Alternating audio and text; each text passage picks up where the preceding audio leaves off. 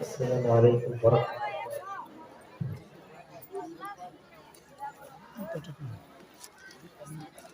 اللہ الحمدللہ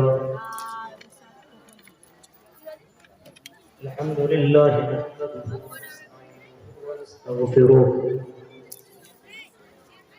ونعوذ بالله من شرور انفسنا ومن سيئات اعمالنا من يهده الله فلا مضل له ومن يضلله فلا هادي له واشهد ان لا اله الا الله وحده لا شريك له واشهد ان محمدا عبده ورسوله اما بعد فان خير الحديث كتاب الله وخير الهدي هدي محمد صلى الله عليه وسلم وشر الأمور محدثاتها وكل محدثة بدعة وكل بدعة ضلالة وكل ضلالة في النار. أعوذ بالله من الشيطان الرجيم. بسم الله الرحمن الرحيم. أحسب الناس أن يتركوا أن يقولوا آمنا وهم لا يفتنون ولقد فتنا الذين من قبلهم فليعلمن الله الذين صدقوا وليعلمن الكاذبين. وقال النبي صلى الله عليه وسلم بادروا بالأعمال فتنة كقطع الليل المظلم يصبح الرجل مؤمنا ويمسي كافرا أو يمسي مؤمنا ويصبح كافرا يبيع دينه بعرض من الدنيا. رواه مسلم. رب اشرح لي صدري ويسر لي أمري واحلل عقدة من لساني يفقهوا قولي. اللهم رب زدني علما.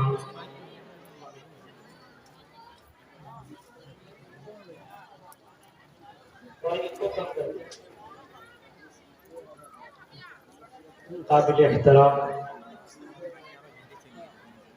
صدر مدر ناظم جلسہ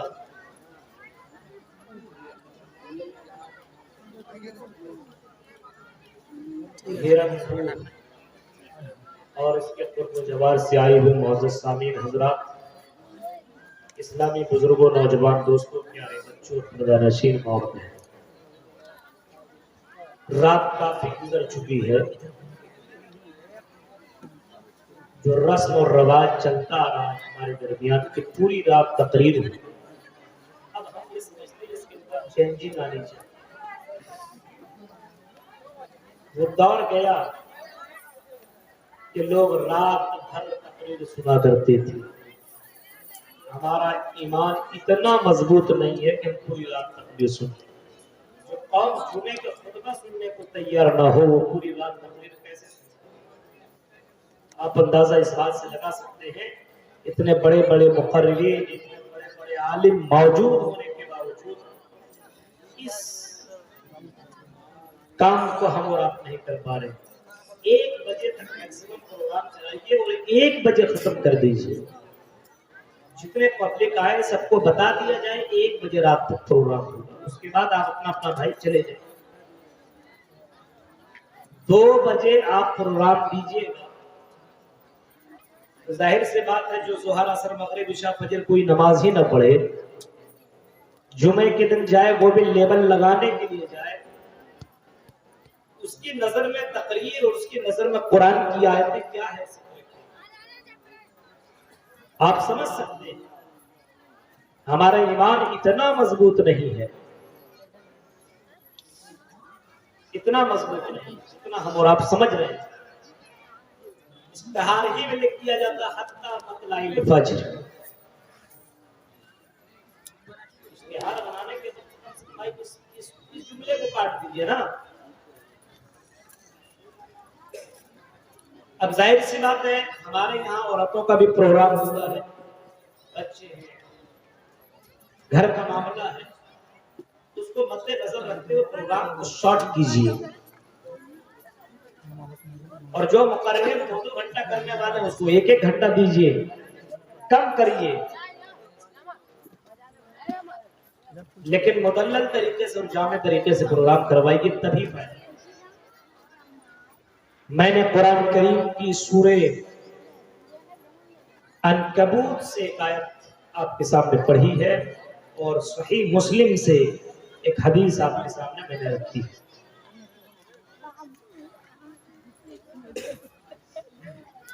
ابھی جس طریقے سے ہمارے درمیان فتنے رونما ہو رہے ہیں، واقعی ایک سے بڑھ کر کے ایک،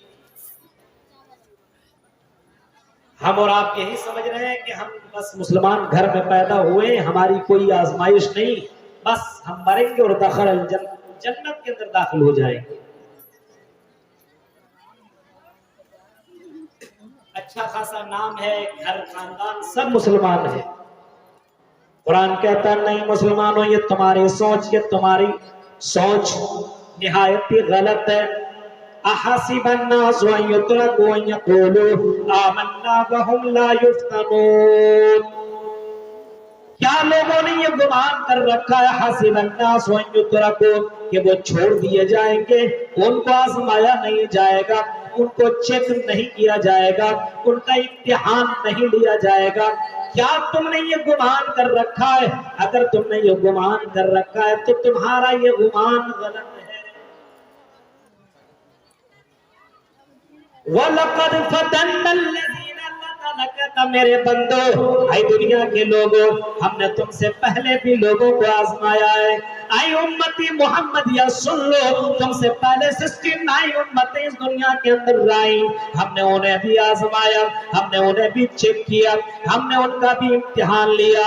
اے امتی محمد یا ہم تمہیں بھی آزمائیں گے، ہم تمہیں بھی چیک کریں گے، ہم تیرا بھی امتحان لیں گے۔ یہ مت سوچنا کہ تجھے آزمایا نہ جائے گا، تیرا امتحان نہ لیا جائے گا، تمہیں چیک نہ کیا جائے گا۔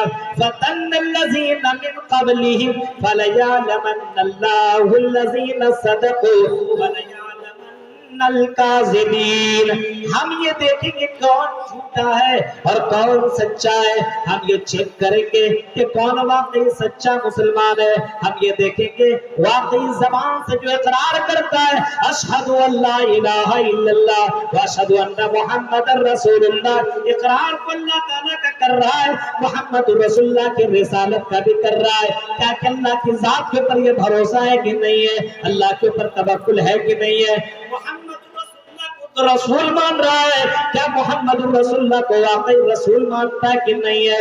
زندگی میں ہم دیکھیں گے اٹھنے میں، بیٹھنے میں، کھانے میں، پینے میں، چلنے میں، شادی بیاہ میں، ان تمام چیزوں میں ہم دیکھیں گے کہ واقعی یہ مسلمان ہے کہ نہیں ہے۔ میرے پیارے ساتھیوں ذرا غور کرو، قرآن چیخ کر کے کہتا ہے اور اللہ تعالیٰ کہتا ہے میرے بندو تم نے یہ گمان کر رکھا کہ ہم ایسے ہی چھوڑ دیے جائیں گے۔